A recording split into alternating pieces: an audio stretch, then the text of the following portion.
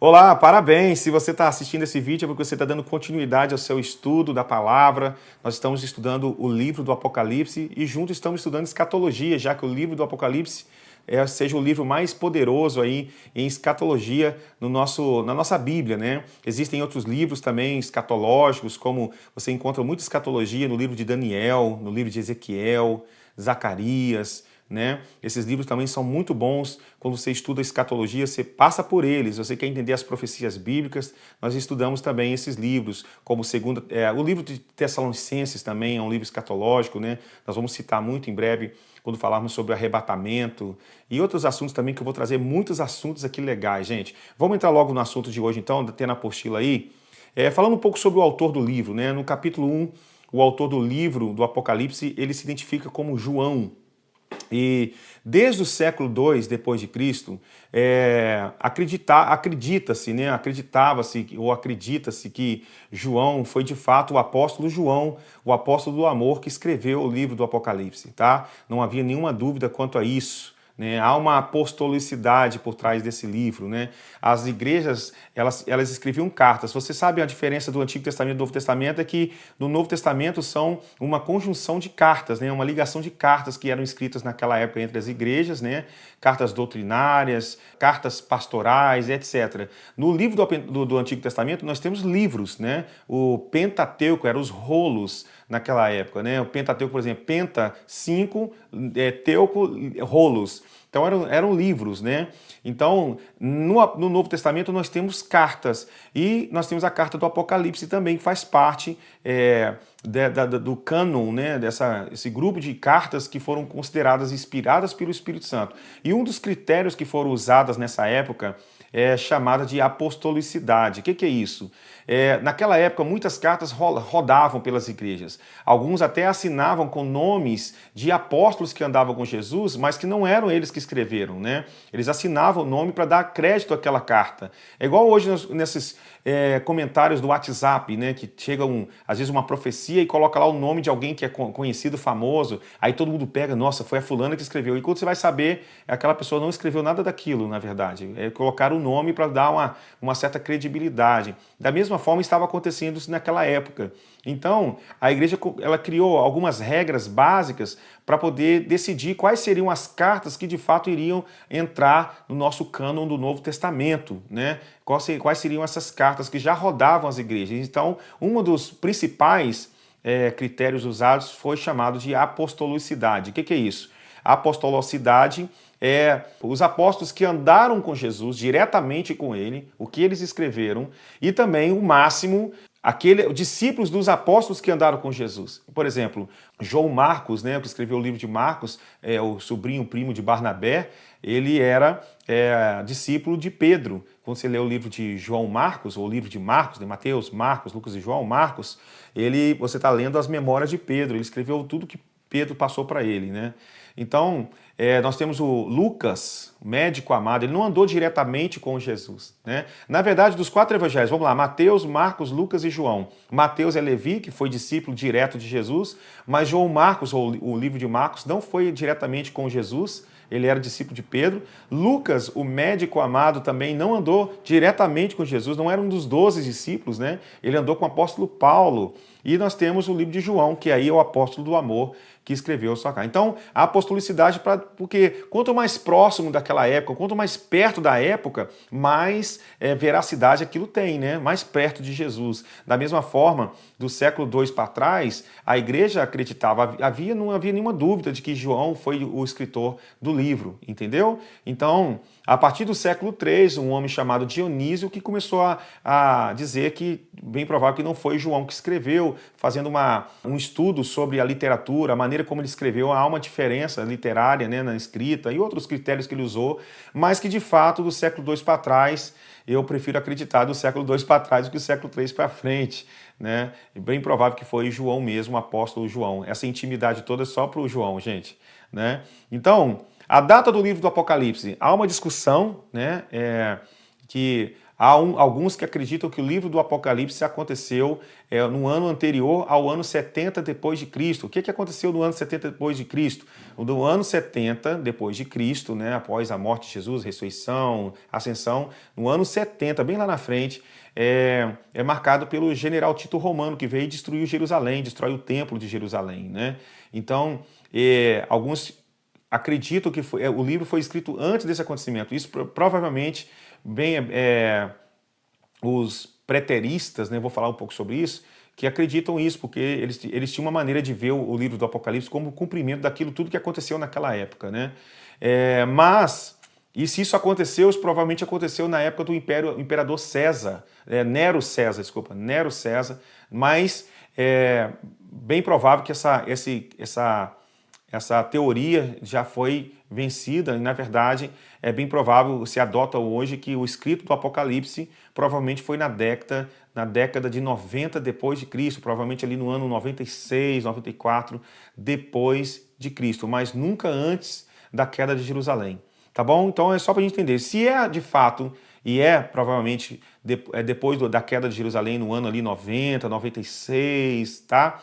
É bem provável que o César romano dessa época era Domiciano, que usava a ilha de Patmos como um lugar de prisão, né? Ele enviava ali os prisioneiros para lá. Foi no caso que aconteceu com João, ele foi levado para a ilha de Patmos, tá bom? Então, um contexto histórico aqui, o livro do Apocalipse ele foi escrito por João, já vimos aqui, que registrou visões, né, que teve enquanto prisioneiro ali na ilha de Patmos.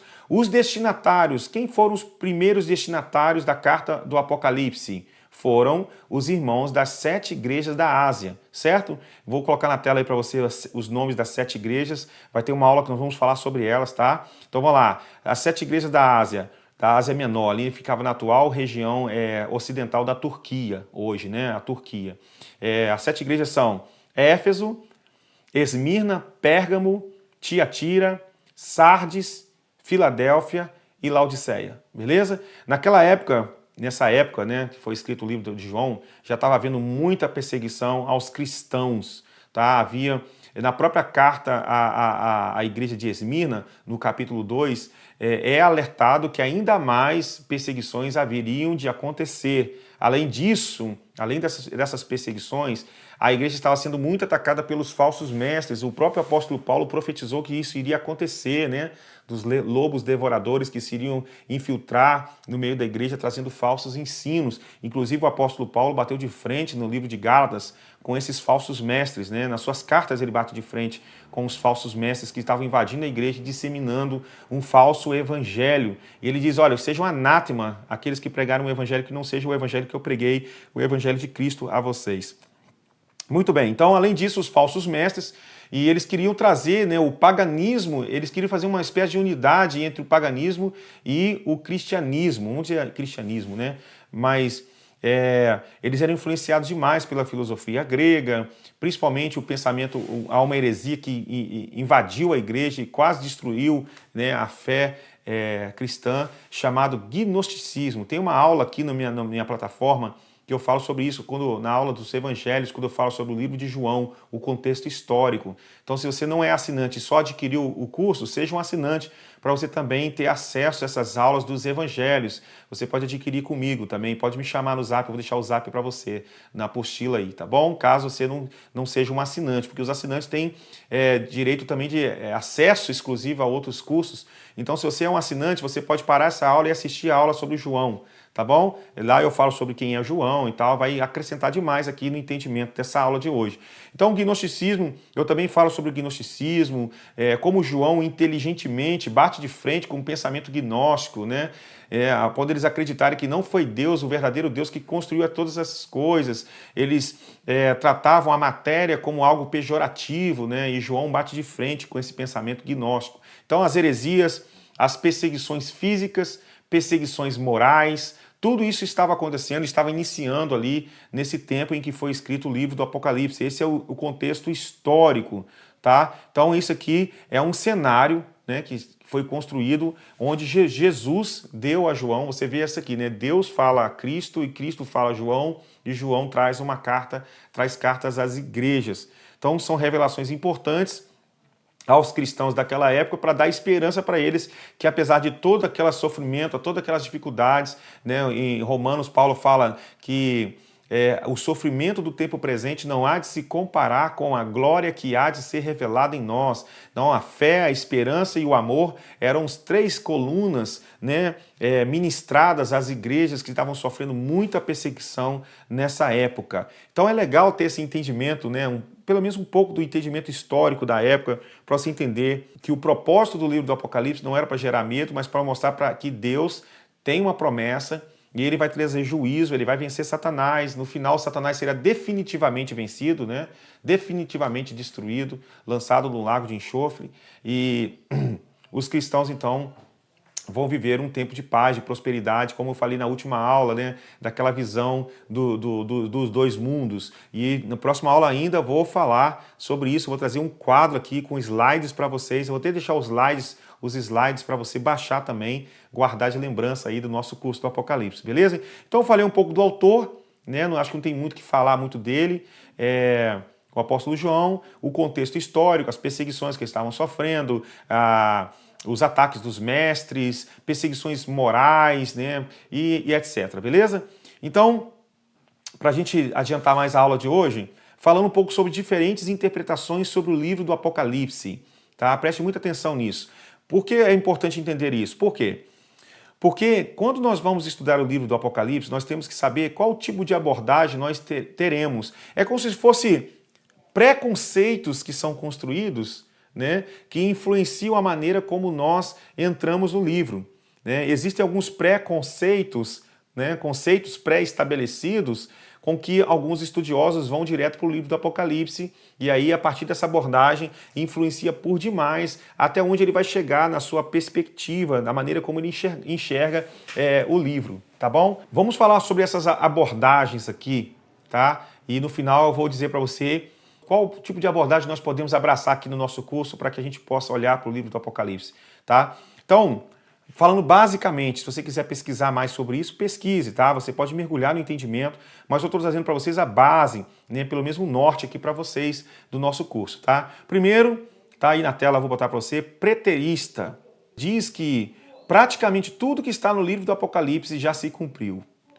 Isso teria acontecido principalmente na destruição de Jerusalém e na queda do Império Romano. Então os preteristas, eles não veem nada do Apocalipse nos dias de hoje. Eles conseguem olhar para o passado e dizer, olha, o livro do Apocalipse, todas aquelas profecias já se cumpriram ali no livro do Apocalipse na década de 70, até a década de 70, na queda de Jerusalém. Ali para eles foi o cumprimento, tá? Então eles olham lá bem para o passado, tá? O segundo está aí, historicistas. Os historicistas, ou historicista, diz que as revelações do livro do Apocalipse vão se cumprindo no decorrer da história da igreja até a segunda vinda de Cristo. Então, é um conjunto de situações que vai acontecendo, que vai se cumprindo as profecias do Apocalipse até a segunda vinda de Cristo, o Apocalipse está acontecendo. Então, é uma visão histórica, né? Dentro da história, o Apocalipse vai acontecendo. Esses são os historicistas. O terceiro é o idealista, ou os idealistas. Eles dizem que as revelações do livro do Apocalipse não descrevem eventos específicos, mas princípios espirituais que se aplicam a toda a história da igreja. Então eles olham apenas como o sentido espiritual da coisa, né? São os princípios espirituais por trás daquelas escritas, daqueles símbolos, daquelas imagens, que o livro do Apocalipse ele é cheio de símbolos, de imagens, né? Tipologias e etc. Tá? Então eles conseguem olhar para isso e ver apenas os princípios espirituais por trás do livro do Apocalipse. Eles não vê nada de literal acontecendo. Apenas descrevem eventos específicos, mas princípios espirituais. Não descrevem eventos específicos, mas princípios espirituais que se aplicam a toda a história da igreja. E o último aqui é o futurista, tá? O futurista, ele diz que praticamente tudo que foi dito no Apocalipse ainda será cumprido em um período final ali que antecede a volta de Cristo, né? Então, esses são os futuristas. Bem, esses são métodos de interpretação do livro do Apocalipse, tá bom? Isso é interessante. Por quê? De acordo com as características, né, o propósito do livro do Apocalipse, a maneira mais coerente que eu acredito de interpretar o livro é através de uma combinação dos 4 estilos de interpretação que nós lemos, né? Uma combinação, né? Então, sob essa perspectiva, é correto dizer que muitas passagens do livro do Apocalipse possuem 3 aplicações básicas. Elas tratam de eventos específicos do século I, né? Aconteceram realmente, como os preteristas disseram, realmente aconteceram, e de acontecimentos que se deram ao longo da história da igreja, claro, e também fazem referência ao período de crise final que antecederá a segunda vinda de Cristo. Ou seja, o livro do Apocalipse, ele aborda não somente o passado, mas ele aborda o presente, que é o caso daquela igreja que passou por aquelas situações apocalípticas, tá? A queda de Jerusalém, né? Até antes da queda, depois da queda de Jerusalém, as perseguições, tudo aquilo tem a ver também com os cumprimentos das profecias, tá bom? E também o livro também, o Apocalipse, ele aponta para o futuro. O próprio Jesus falou das coisas que estavam acontecendo e que iriam acontecer, que ele mostra para João. Isso que é muito legal entender dessa maneira, de você enxergar dessa forma. Assim como a salvação tem 3 tempos. Tem a salvação no tempo passado, aquela que já aconteceu no nosso espírito, pela graça, não foi mérito nosso, né? Tem a salvação que está acontecendo, está no presente agora, quando Paulo fala sobre desenvolver a salvação, Tiago 1:21 fala sobre nós recebemos a palavra com mansidão, né? Porque ela tem um poder para salvar, a palavra salvar no sentido de restaurar nossa alma, nós fomos salvos, estamos sendo salvos, agora não no sentido de restaurar de regeneração, mas de restauração da nossa alma, e seremos salvos quando Cristo voltar em glória, e nós seremos salvos com Ele. Então, aplicar, por exemplo, o reino de Deus ao tempo passado, ao tempo presente, ao tempo futuro também é bíblico. O próprio Jesus falou sobre aqueles que já receberam o reino, né? Ele fala, qual é aquele texto? Colossenses 1, quando ele fala que ele nos libertou do império das trevas, nos libertou e nos transportou para o reino do Filho do seu amor. É uma verdade espiritual, está no passado, já aconteceu, mas que agora ele fala que que o reino de Deus é justiça, paz e alegria no Espírito, coisas que estão no presente, que nós podemos experimentar agora. E ele fala das bênçãos da era vindoura, quando um dia nós sentaremos na mesa com Abraão, Isaac, Jacó e etc. Então, você vê esses 3 tempos, o tempo todo é bíblico. Então, nós precisamos olhar para o livro do Apocalipse como uma abordagem de situações que aconteceram do passado, que aconteceram no presente e que vão acontecer no futuro, da mesma maneira. Então, essa é uma maneira muito legal de você pegar a parte reter o que é bom de cada uma dessas visões e entender que nós precisamos encontrar um equilíbrio, tá? E achar um ponto em comum para que a gente possa compreender o livro com mais exatidão. Beleza? Então, em outras aulas, eu vou falar sobre posicionamentos acerca do milênio, vou falar sobre o milênio, tá? Tem muita coisa, gente, muita coisa legal para a gente estudar aqui no nosso curso. Olha que interessante. Diferentes leituras do Apocalipse. Então, existem basicamente, tá, 2 formas de leitura e organização do livro do Apocalipse. Bom, veja aí na tela aí. São elas: leitura progressiva e leitura recapitulativa, também conhecida como paralelismo progressivo. Então, a leitura progressiva, ou leitura sucessiva, né? Ela organiza o conteúdo do livro do Apocalipse como eventos sucessivos e cronológicos. Tá? Essa é uma maneira de você ler o Apocalipse, enxergando o livro do Apocalipse como eventos sucessivos e cronológicos. Já a leitura recapitulativa, presta atenção nisso, recapitulativa, ela divide o conteúdo do livro do Apocalipse em sessões que recapitulam os mesmos eventos. É como se o apóstolo João estivesse descrevendo os mesmos eventos de perspectivas diferentes, mas em que a cada evento acontece algo novo que vai dar um sentido a outro evento. Isso aqui é um ponto muito interessante, tá? Então, isso significa que a mesma história é contada várias vezes, recapitulando, né? Mas em cada vez que a história é repetida, novos elementos e detalhes são adicionados de modo a intensificar a narrativa, beleza? Olha que interessante, eu vou apresentar para vocês aqui uma divisão proposta do livro do Apocalipse, né? Em 7 sessões, considerando desde o capítulo 1 e a seguinte, isso que é interessante falar sobre isso. Porque você percebe que na história da igreja, na história, acontece essa recapitulação também. Né? Eventos apocalípticos aconteceram, por exemplo, no período intertestamentário. Assista a aula dos evangelhos sobre isso, tem lá período intertestamentário, assista sobre isso. Quando o Antíoco Epifânios cumpriu uma profecia que estava em Daniel. Daniel falou sobre o abominável da desolação, que iria abominar, né, trazer abominação para dentro do templo. E Antíoco Epifânio, aconteceu isso. Né? E breve veio a vinda de Jesus. Você vai ver que tudo aquilo que aconteceu na primeira vinda de Jesus vai se recapitular na segunda vinda de Cristo. É como se a primeira vinda profetizasse a segunda vinda de Cristo. Olha que coisa interessante.